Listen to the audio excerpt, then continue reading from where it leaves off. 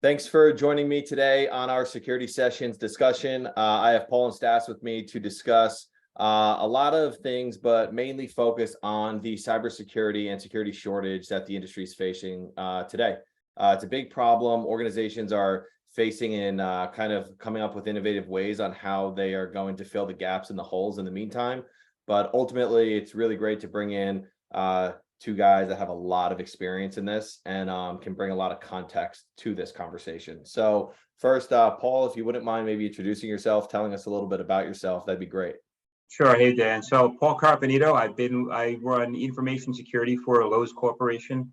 We are a holding company in New York City. So we're not the hardware store. A lot of people do get us confused with a hardware store. The E is in the wrong place, but I'm responsible for anything and everything cyber information security. That includes incident response, technology, policy, procedure, staff, budget, planning, and security awareness. That's a huge topic lately, security awareness. And I've been with the company for about 50, going on 15 years. And I've been in the space, the industry, for a little over 18. And I have a little over 20 years experience. And I came up from the technical ranks. I spent time at the help desk, and that was my first role right out of college. And I spent some time as a system administrator doing some NT40 stuff, and I've done some network stuff, some route switch. I've also done some development in a manufacturing capacity, and I got my first taste in cyber during a worm breakout in the manufacturing floor. So we had a worm breakout. It shut down a bunch of computers, virtually all the computers. And while all the engineers and executive leadership were running around, this is crazy, this is nuts, what's happening? I said, wow, this is really cool. I was in a different stage of life. I was in my 20s. I thought this is really cool. And I guess the long story short, I was amazed that software could have such a pervasive effect on the entire company, the business, meaning bringing the business to a halt, just a significant disruption. But anyway, that was my first interest in cyber, and that's how I got into the industry. That's excellent. I'm sure you'll have a lot of context for this conversation. And Staffs, nice to see you again. Brief intro, please. Yeah, absolutely. So I'll go into the same level of detail. Probably won't do it the same amount of justice as Paul, but so I'm Stas Bojoukha. I'm an information security professional. I grew up in tinkering with computers to the point where I was hired by my high school when I was still in high school in grade 10 to become their network administrator. So everything from crimping cables to securing the network at that time. I ended up specializing in the space, so I've got a degree in information system security. I've got every accreditation from CCNP to certified ethical hacker to CISP, CISA, CISM. Anyways, I've got a good blend of them. And my background is I've started in help desk as well with my first real job, and then moved my way up into information security. I've been a CISO for multiple organizations, and I've been doing this now for 20 years as well. So I've been around the block. I've seen a lot of things. So yeah, let's have a conversation. Yeah, cool. Well, excellent. Well, really, what I wanted to focus on today is just this concept, right? I mean, there's over a 3 million person shortage, cybersecurity shortage worldwide right now. Organizations need to stay secure. They need to, have mitigation strategies in place. So around that topic, Paul, maybe you could just walk us through from the beginning your thoughts. How is an organization going to kind of bridge that gap at the moment with such a shortage in place? Well, I think without getting into the fact that the hiring process needs to change and just trying to fill the gap in any open roles or any open gaps in a team, I think one of the things a company can do is definitely leverage existing IT staff. For example, have a cross-functional team, maybe from the service desk, anyone. I mean, I use this, I'm very passionate about this term when I say that anyone who has a natural curiosity for how things work will do very well in cyber. So anyone in the technology area who's got that just a natural curiosity for how things work to do very well in cyber, and would probably be a good fit in bringing them up into the ranks in cyber. Yeah, that's interesting. I mean, Stas, something I think about, myself personally, not having a technical background. There's some aspects of this. Sure, it's like aptitude could take you a very long way, but there is experience and the technical side of it that is required. Yeah. How do you kind of speed up the learning process? Or what is the learning process? Does the learning process need to kind of shift and get put on its head to move people along? I think my favorite phrase, and I'm sure Paul, this would probably resonate with Paul, is "I'm not technical." So that's, I've heard that from heads of the service desk. I've heard that from VPs of engineering. I've heard that from CISOs. I've heard that from CIOs, CTOs. And while I'm not going to fall into the mindset of saying that it's not important. I think being technical is important, or at least understanding the principles of it. I think the information security space itself is highly technical. It's a very broad scope of work that's very different to regular IT work. And although policy is important, and standards and guidelines and the governance, risk, and compliance, which is less technical, you still need to fundamentally understand how technology works. And in this space, it's very difficult to get someone that can do both. So therefore, you have teams that are generally split across the policy side and the technical side from an information security perspective. At least that's what I've seen from doing this over the years. Yeah, it's a good point. Paul, you had kind of touched on like the hiring process. And I'm just curious from your standpoint, what elements of that do you think are currently just need to be adjusted or looked at? Well, I think first off is that companies or hiring managers looking for 5 to 7 years minimal experience in entry level roles, and they have a laundry list of topics. And I think that first it dissuades a lot of candidates, for good candidates, from even applying to a role like that, right? So they're not seeing their potential good fit for the role, so they just won't apply. And secondly, I think that organizations need to be open towards looking for talented people, meaning that they may not have the experience. If they come across a good resume that looks like the person chose some good progression or has a willingness to learn, I think that have the conversation with them. Maybe he or she will be a good fit for the role. Yeah, I would agree with that. And I think that multiple interviews. I mean, I hear this so often that candidates go through multiple interviews and they're just tired of talking to 3 and 4 and 5 people. And then the fact that they don't hear back for several months, it's, the hiring process needs to change. Yeah, agreed. I mean, the industry is shifting, right? I mean, there's just not enough people in this space. I mean, Google has now reduced half of their jobs no longer require a bachelor's degree for consideration. I think they're pretty much all changing that across the board. Plus, they're pushing out their own certs or certifications, trying to encourage people to get into this space.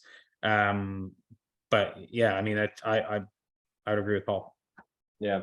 Stas, I know you recently went to that leaders conference in Ottawa, and this was a hot topic.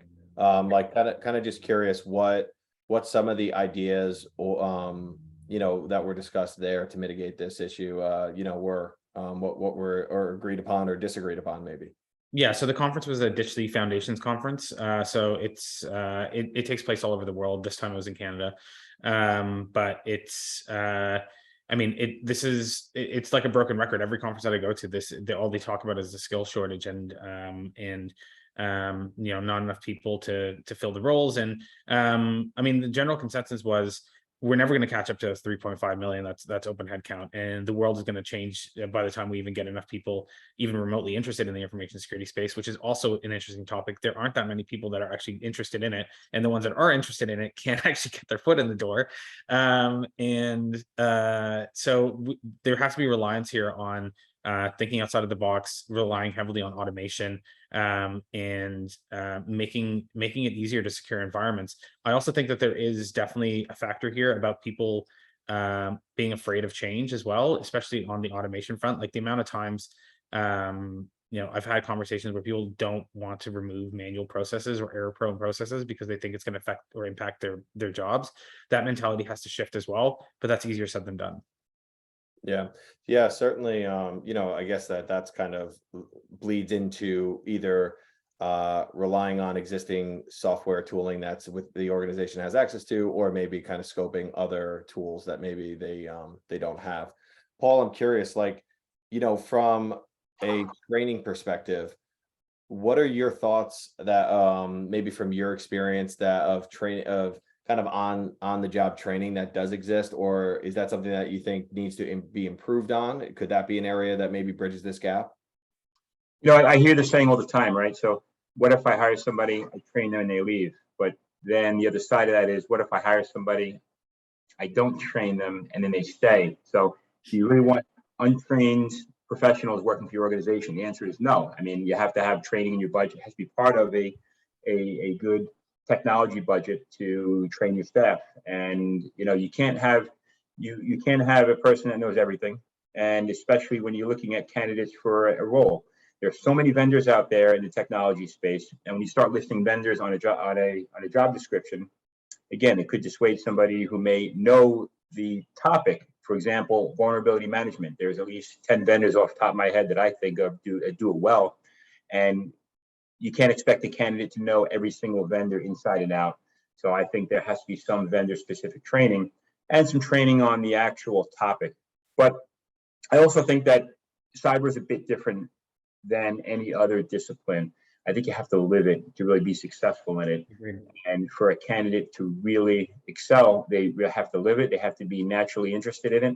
And it's going to be a lot of off hours, learning, trial and error, and just truly understanding it. And it's not a policy and procedure. I mean, policy procedure, like you brought up earlier, Stas, is a big, huge part of it, right? The GRC component, but it's also a very highly technical, broad field where you understand how attacks facilitate. You have to understand how the network layer works, the IP layer works. To understand how, let's say, lateral movement happens, you need to understand the fundamental flaws of Windows operating systems and the design. So I think that it is a broad topic, and so.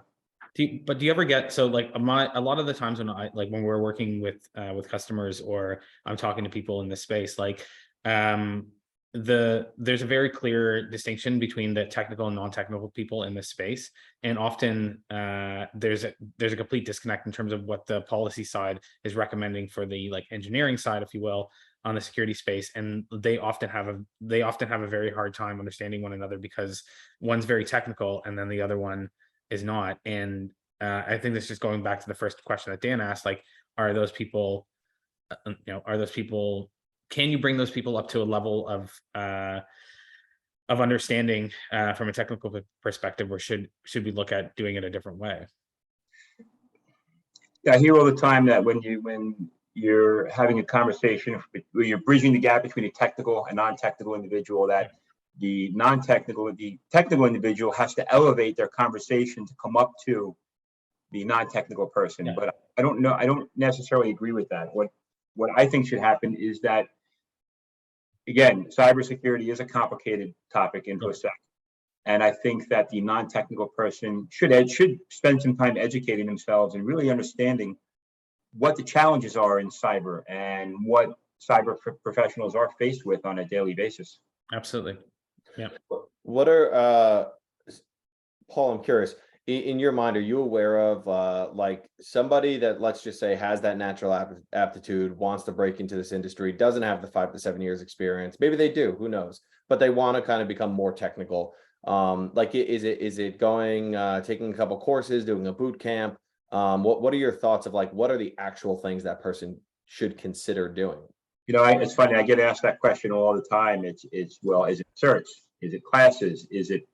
I would say security is such a broad topic, and for somebody who's just breaking into the industry, it's very hard to, we're all trying to figure out what we want to be when we grow up, right? And we're all trying to understand that. And I think that try something, pick pick a, maybe a SOC analyst, or maybe something like something you aspire to be, just as an entry level role. But to get there, low level certifications do help to a degree, but really understanding the technology and the role you want to be in goes a long way.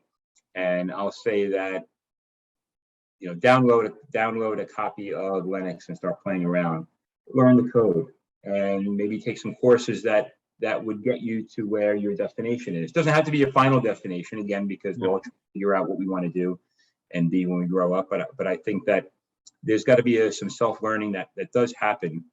And I think that's it's all good stuff to list on your resume. I mean, certifications are good, but when you have a conversation with somebody who is cert heavy and they're very good at taking tests, right? So you could be very good at taking tests and passing, but you may not truly understand the technology or the topic.